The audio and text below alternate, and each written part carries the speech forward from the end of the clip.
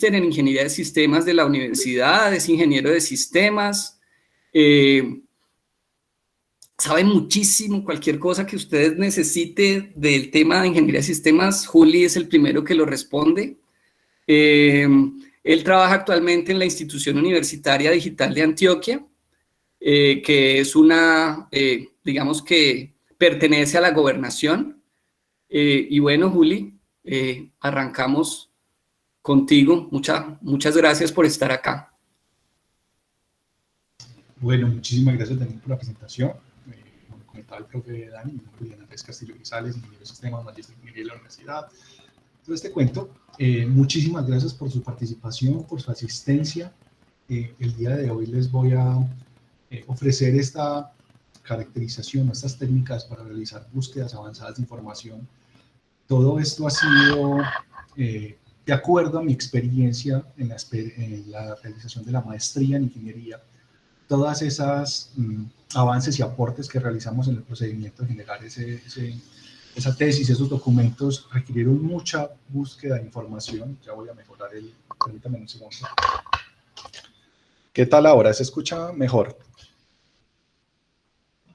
Listo. Sí, mejor. Ok. Entonces, como les iba contando, todas estas técnicas utilizadas para el procedimiento de cómo encontrar información, dónde hacer acceso a esta información, todas estas técnicas para la búsqueda de datos, se las voy a compartir el día de hoy. En este caso, hay una frase muy bonita que me gusta a mí mucho de Neil deGrasse Tyson. Esta persona presenta Cosmos y ha sido una como de los científicos o de los divulgadores científicos que más me interesan a mí. Es "The good thing about science is that it's true whether or not you believe in it". Es que la ciencia es verdadera así tú no creas en ella. Me parece interesantísimo y excelente. La agenda para el día de hoy es, bueno, vamos a ver qué son fuentes de información, vamos a detallar qué es el Deep Web o la web invisible, que son los datos en donde no se encuentra información, sino que están más o menos rezagadas hacia otros aspectos. Vamos a ver cómo se pueden encontrar estos datos. Vamos a ver algunos ejercicios del Google Power User, que Google es la herramienta por predilección de la mayoría de los investigadores y la mayoría de las personas para hacer búsquedas diariamente. Cómo son los documentos y los datasets a encontrar, cuáles son las páginas recomendadas para encontrar datasets. Y por último, durante esta pandemia, muchos de mis estudiantes me han dicho, profe, recomiéndeme un computador, recomiéndeme un equipo, qué procesador, qué máquina. Entonces hay unas micro recomendaciones al final en donde hay unas características para esto. Listo, vamos a comenzar con fuentes de información.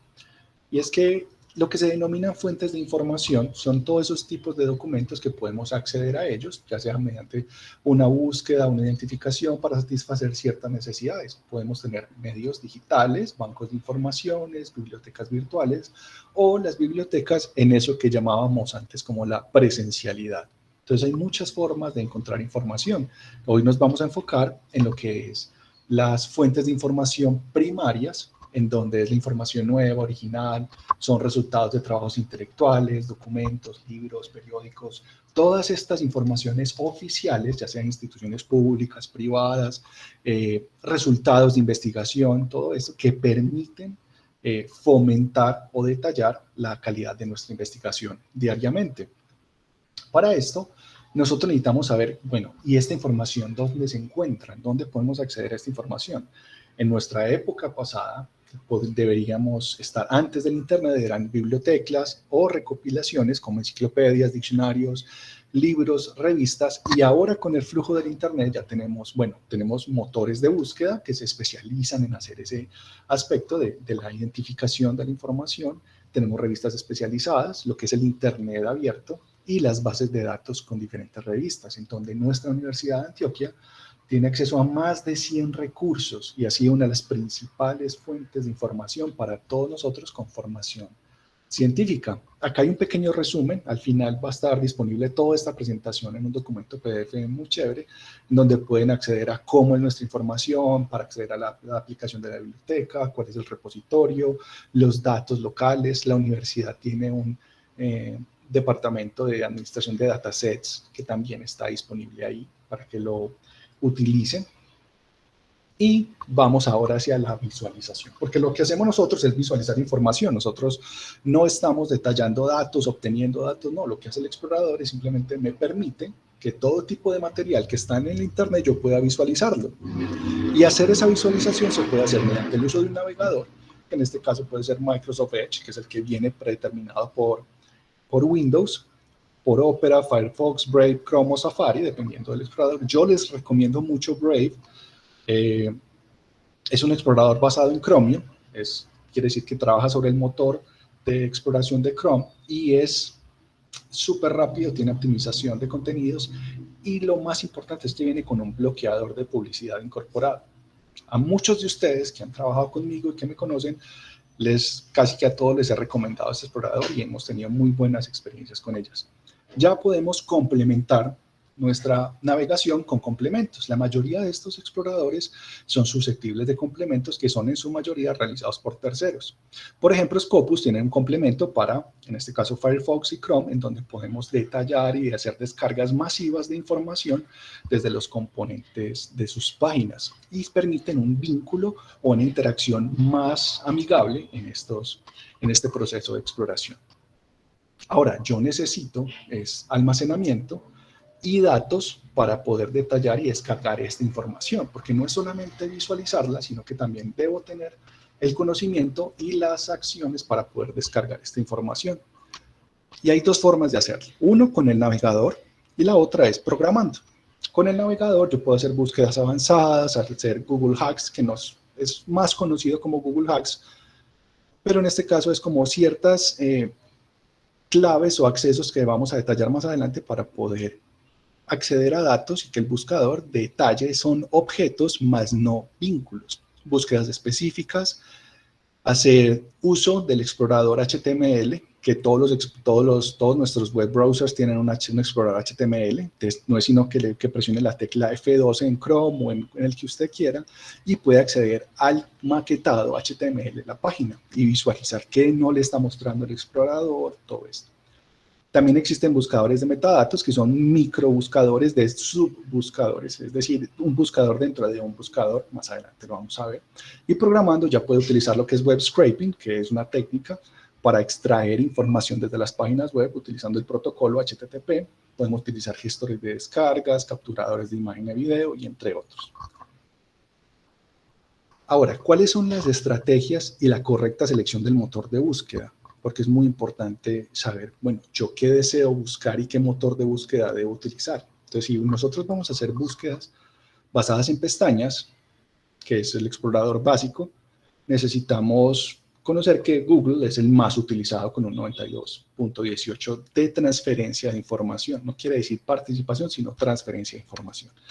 Bing sigue muy utilizado, Baidu, Yahoo, Yandex, DuckDuckGo, este es el que yo les recomiendo, es muy privado, es muy personalizable y no tiene, o por lo menos no detalla, los criterios de almacenamiento de información de los participantes o de las personas que usan este buscador. Naver, AOL y ya basados en búsquedas relativas como Ask y basados en ecología como Ecosia, que por cada vez que usted hace una búsqueda o apoyan este tipo de sistemas, ellos aportan esa publicidad a el desarrollo de la ecología. Y YouTube se ha vuelto un motor de búsqueda, si ustedes no lo crean, muchas de las búsquedas y muchos de los buscadores y los motores de búsquedas están priorizando sus respuestas hacia YouTube. Por eso casi siempre tenemos resultados como videos en la parte superior de nuestras búsquedas.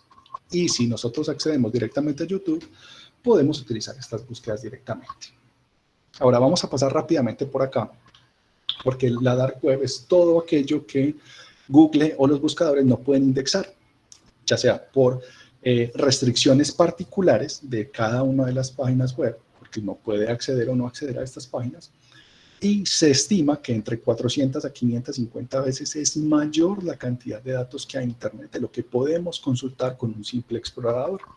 Entonces nosotros podemos tener información gubernamental, información no detectada, todo lo que tiene que ver con Wikileaks, todo lo que tiene que ver con toda esta información por debajo de los datos que nosotros podemos visualizar. Hay algo muy importante que se llaman los search engines, los motores de búsqueda, en donde facilitan mediante etiquetados web y HTML el acceso de otros motores hacia su información. En este aspecto, todo lo que nosotros tenemos en la superficie es Google, Facebook, todas las websites que están indexadas y que fueron legalmente compradas, como Wikipedia, e-commerce, YouTube, blogs. Y ya nosotros tenemos algunas características, los foros privados, las redes privadas, todo lo que es Anonymous, todo lo que es el navegador Tor, que es un navegador distribuido para facilitar pues como el incógnito y que no sea identificado en estos datos, los datos bancarios, los research papers, toda nuestra información, investigación está en la Deep Web, porque Google no tiene acceso a ellos. Para ello Google creó Google Scholar, que permite acceder mediante ciertos criterios de acceso a la información de estos datos. Ahora, ¿qué me detalla a mí el acceso a esta Deep Web? Un VPN.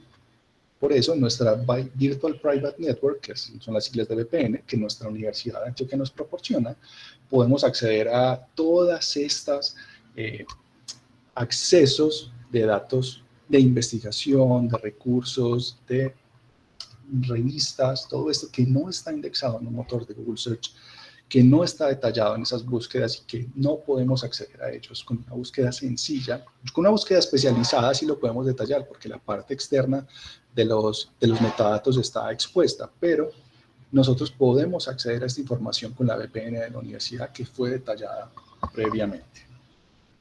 Ahora, Google es el que nos permite a nosotros hacer todo este tipo de características, nos apoya en muchas de las búsquedas y facilita mucho la información.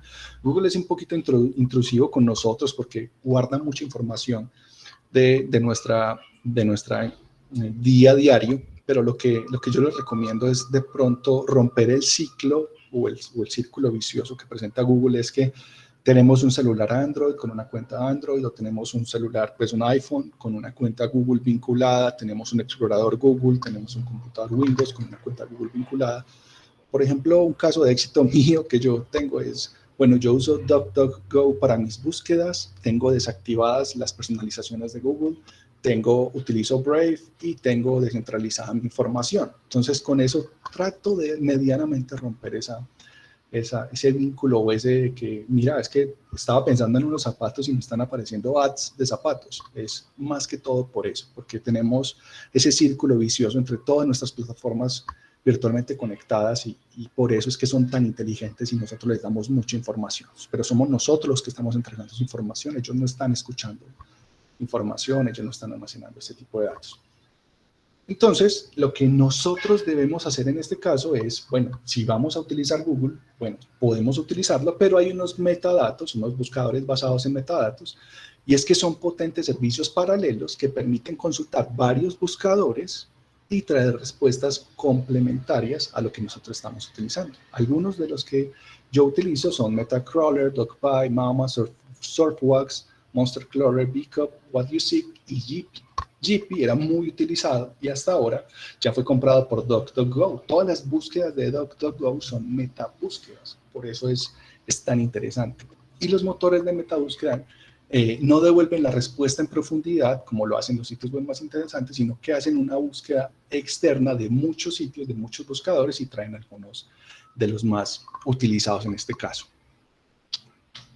Ahora, ¿cuál es la Deep Web generalizada? Podemos utilizar Direct Search, que provee una lista de información de todos los datos de las búsquedas realizadas, o podemos acceder a archive.org, que es un sitio non-profit, es decir, no tiene ganancias y tiene millones de libros, de películas, de software, música que están accediendo mediante extinción de derechos. Todo lo que está extinguiendo derechos está accediendo a archive.org. Ahora, mis recomendaciones sobre Google Power User es, debemos usar Google todos los días, utilizamos Google para todo, pero por lo menos usemos bien Google, de tal manera que no tengamos que ir a la página 5 o 6 de Google a ver si de pronto encontramos lo que estamos buscando. Y les voy a dar unos pequeños tips que son muy utilizados en el día a día, y el primero son frases exactas. Si yo deseo encontrar frases exactas, debo utilizar comillas dobles. ¿Listo?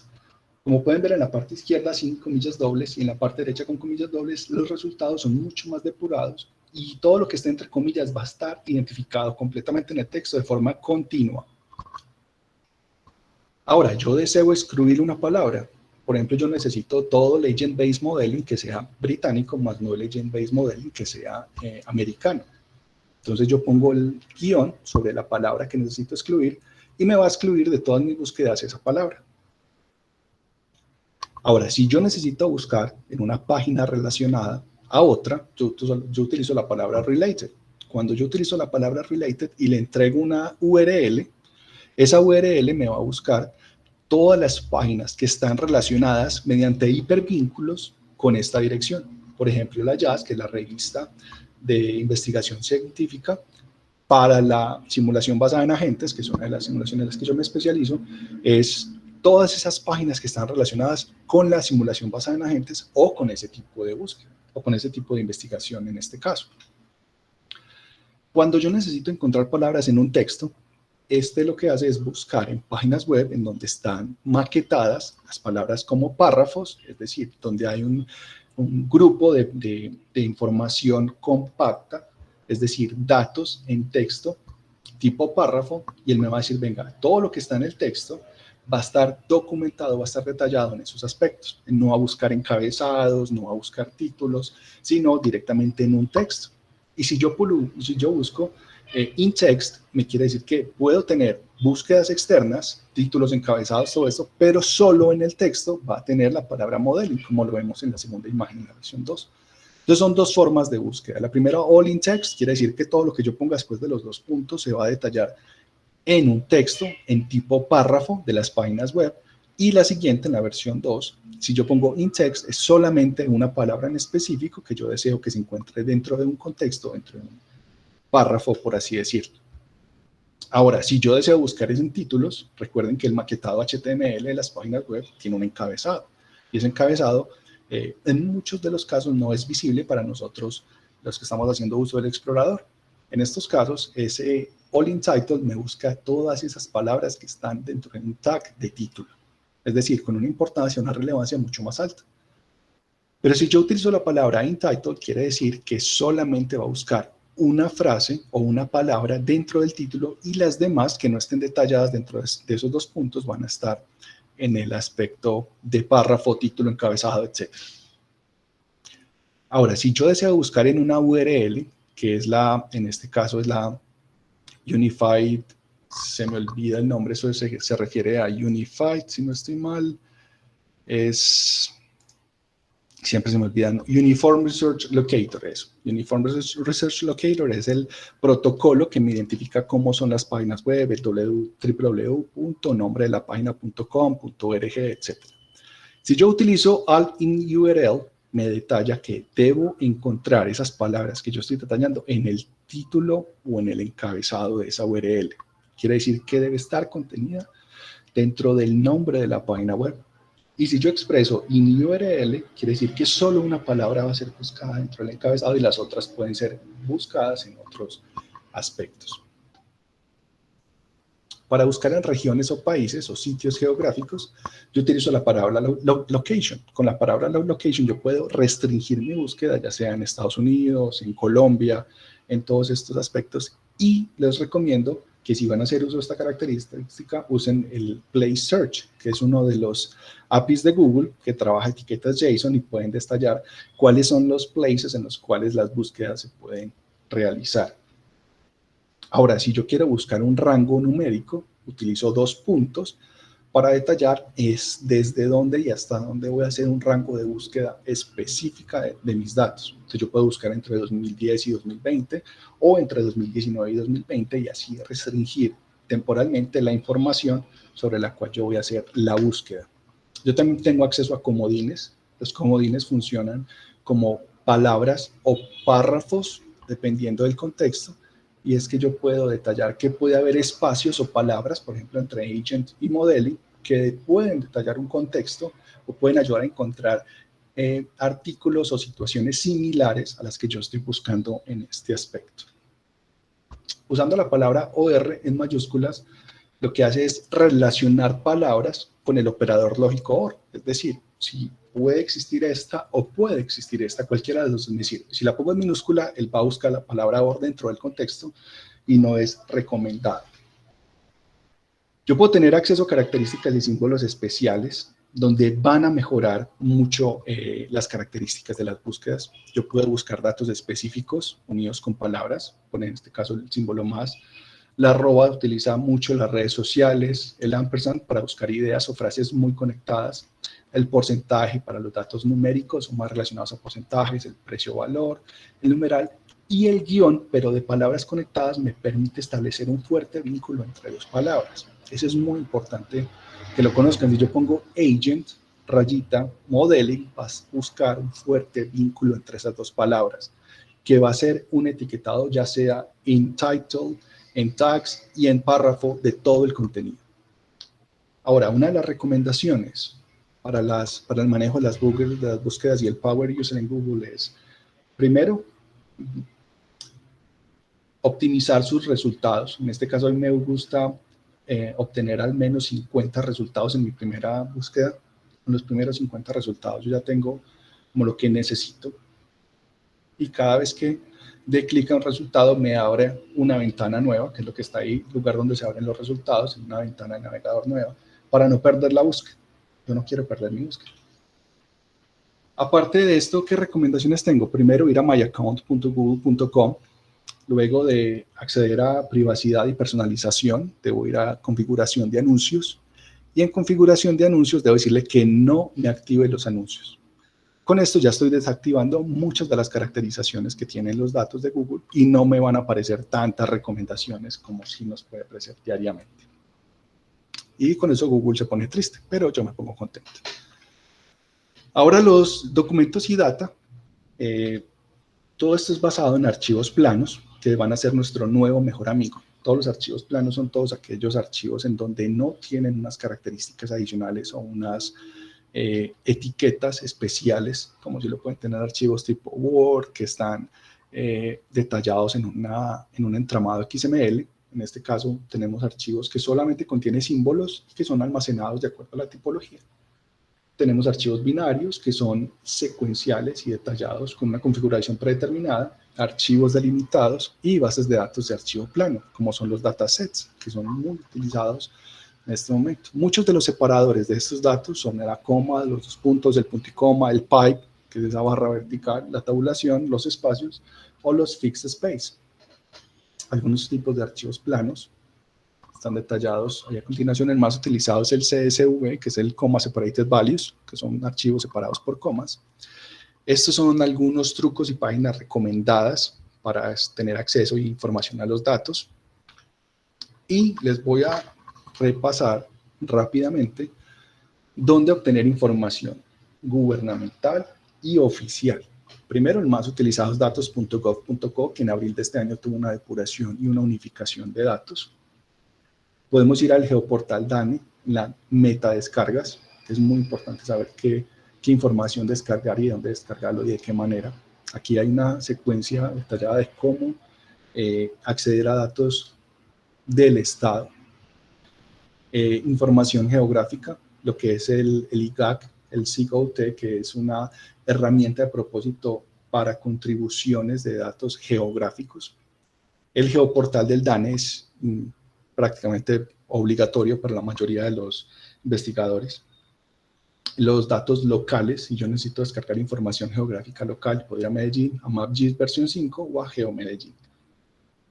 Para datos abiertos de ESRI, en información geográfica de Colombia. La Agencia de Tierras también tiene información geográfica muy interesante para la descarga de información. Entonces, tiene mucha información de resguardos indígenas que nos ha servido mucho en los procesos de investigación. La información de hidrología, meteorología y estudios ambientales del IDEAM. Hay mucha información para descargar y para detallar datos, para hacer el acceso a esta información. Y cuando yo estaba haciendo el proceso de mi maestría, necesitaba compararme con algo, comparar datos, comparar información, identificar información. Y lo mejor que yo puedo hacer es compararme con alguien que sea similar a mí. En este caso, los datos gubernamentales del gobierno de Chile, del gobierno de México, del gobierno de Argentina, y en su defecto del gobierno de Europa, de Estados Unidos, y ya vamos a empezar a trabajar sobre datos mundiales. En este caso, el Banco Mundial tiene datos y microdatos. Entonces hay que tener mucho en cuenta que los microdatos son particulares y los datos y Open Data son relacionales ya más que a entornos globales. Zenodo también es apasionado por la ciencia abierta, tiene mucha información y carga información secuencialmente y de forma activa. Cuando que tiene mucha monetización de datos, el vínculo que tienen acceso en este caso es para la búsqueda de la información que es gratuita. El Archivo General de la Universidad de California de Irvine, que tiene todos los datos de repositorios de Machine Learning más utilizados en este momento en la ciencia de datos.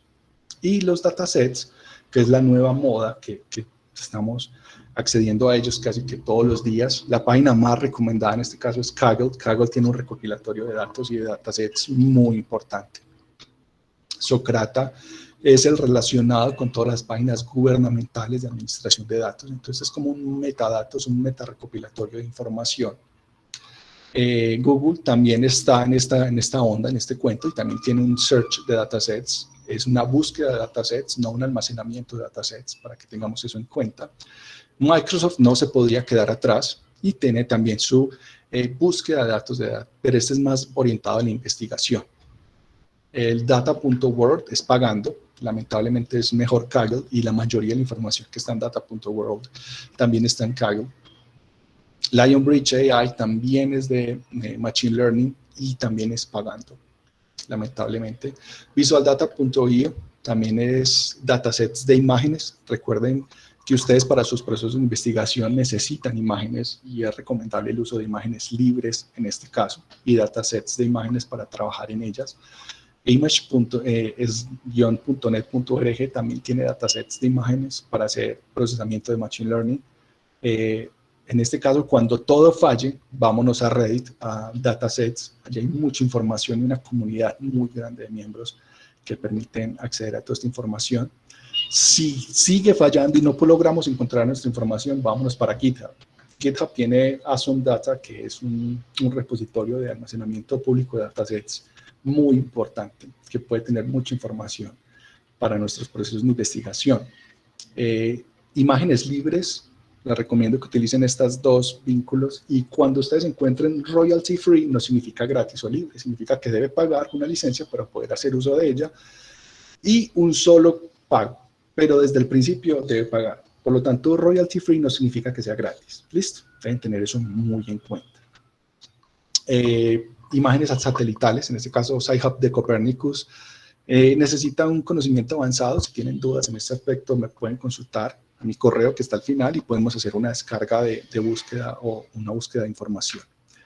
Información del clima histórica. Hay un almacenamiento de los datos del National Center of Environmental Information y la National Oceanic Atmospheric Administration, que almacenan esta información anualizada y cargan constantemente información del clima en estos aspectos. La NASA, que tiene uno de los almacenamientos de información geográfica y datos más grandes que hay en el mundo, también se los recomiendo.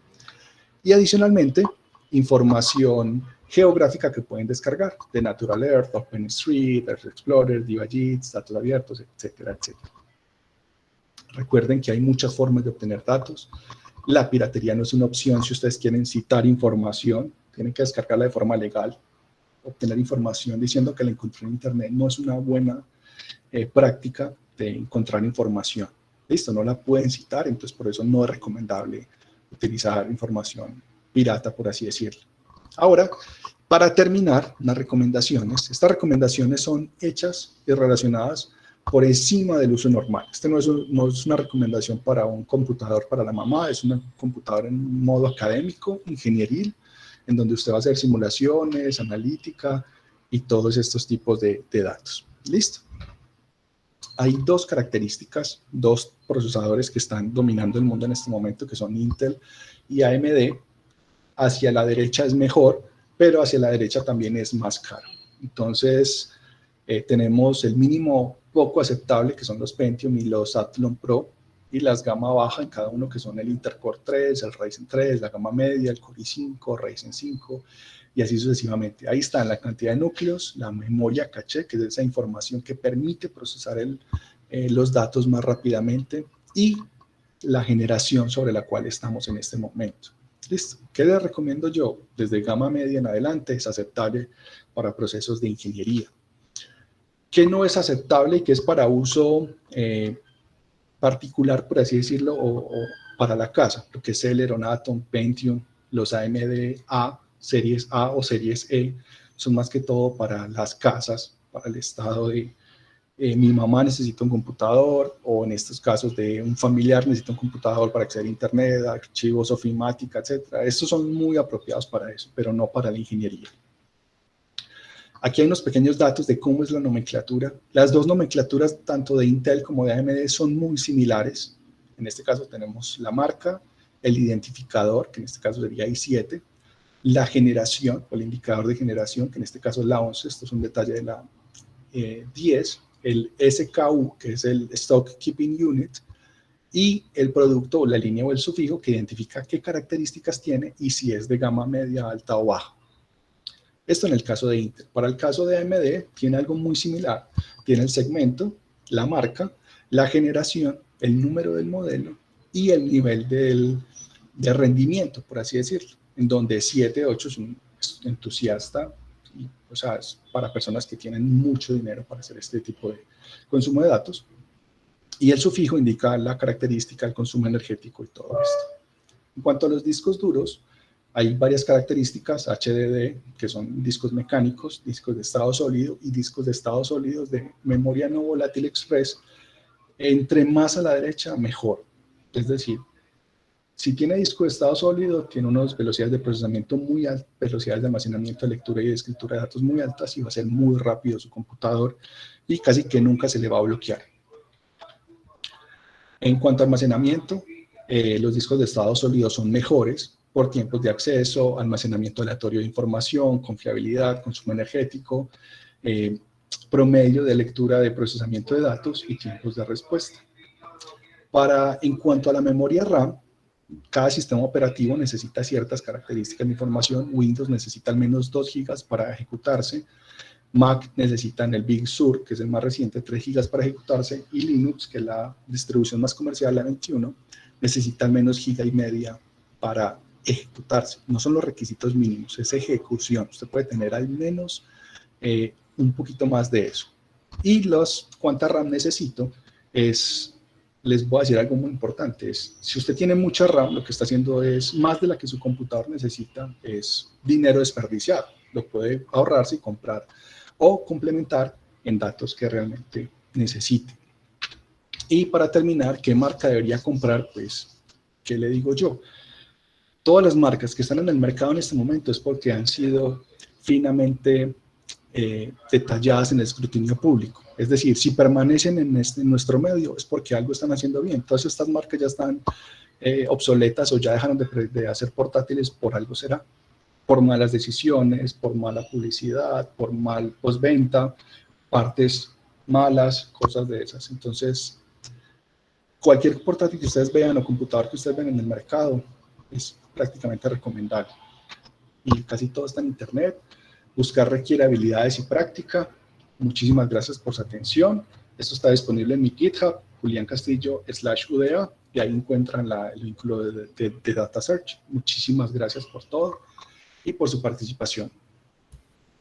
Bueno, Julián, muchísimas gracias por digamos que esta charla, que casi que en todos los puntos, en cada diapositiva, uno queda como con la curiosidad de cómo lo podemos hacer. Entonces, probablemente a futuro, como miembro del grupo de investigación, lo molestaré.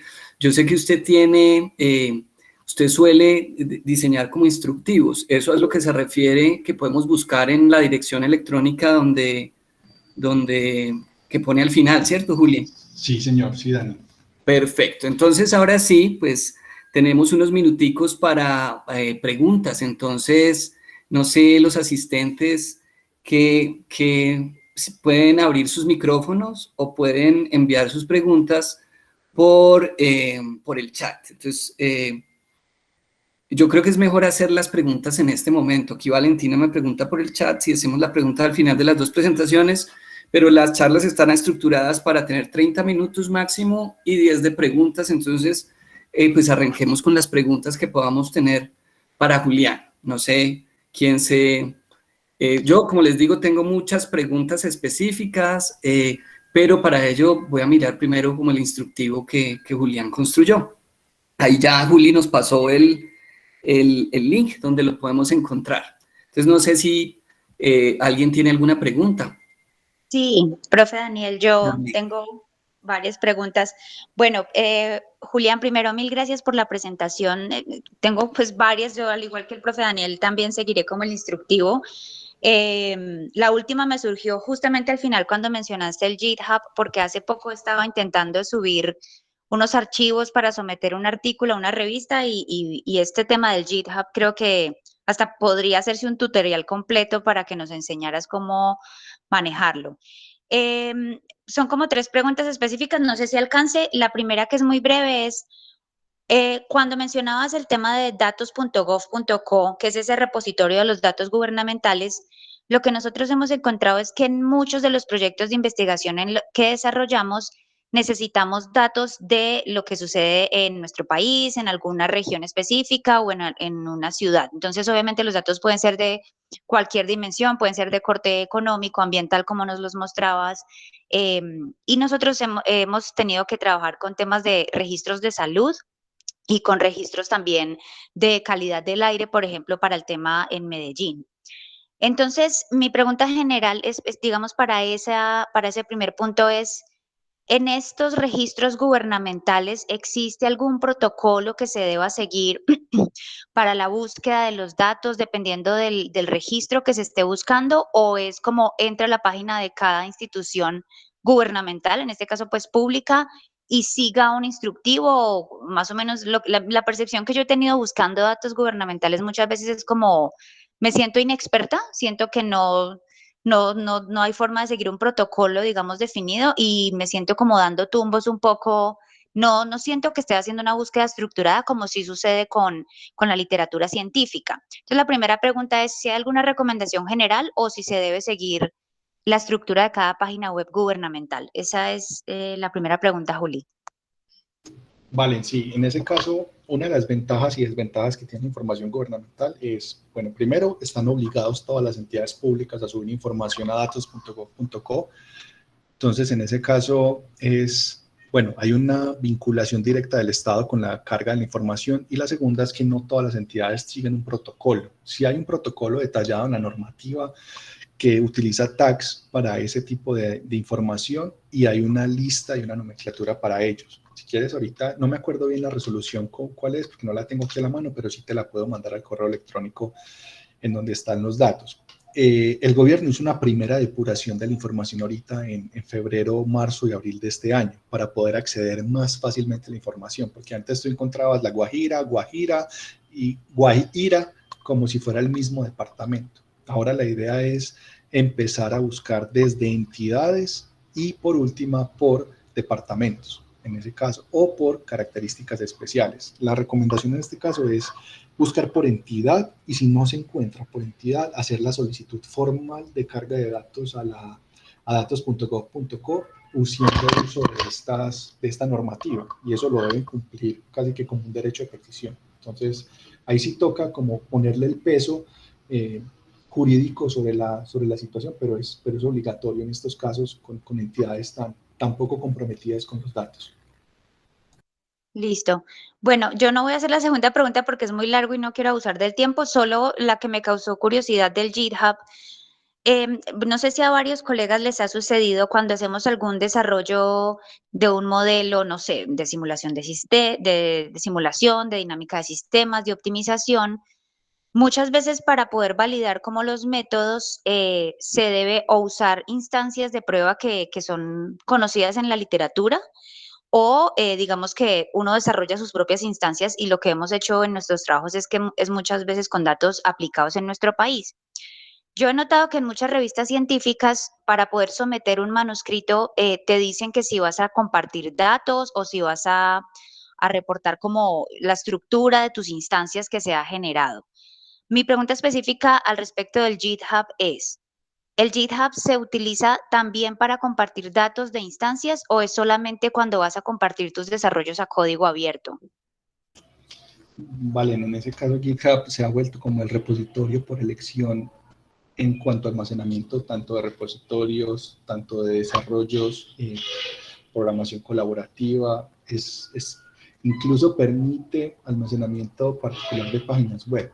Entonces es muy utilizado para muchos aspectos y eso ya es un universo completo porque uno necesita hacer commits, hacer cargas, branching, todo ese tipo de datos, y creo que esta es una oportunidad para más adelante hacer una capacitación, un curso de GitHub dentro de nuestras jornadas. Sería súper bueno.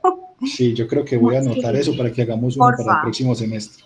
Sí, muchas gracias, Juli. Pues yo estoy súper interesada, entonces ahí estaré de primero. Gracias, profe Dani, ya no hago más preguntas. Gracias. No, no te preocupes. Lo que pasa es que el tema, Juli, es tan grande que casi que uno puede hacer bastantes experiencias de estas, incluso para que pensemos en programar algunas el próximo semestre también.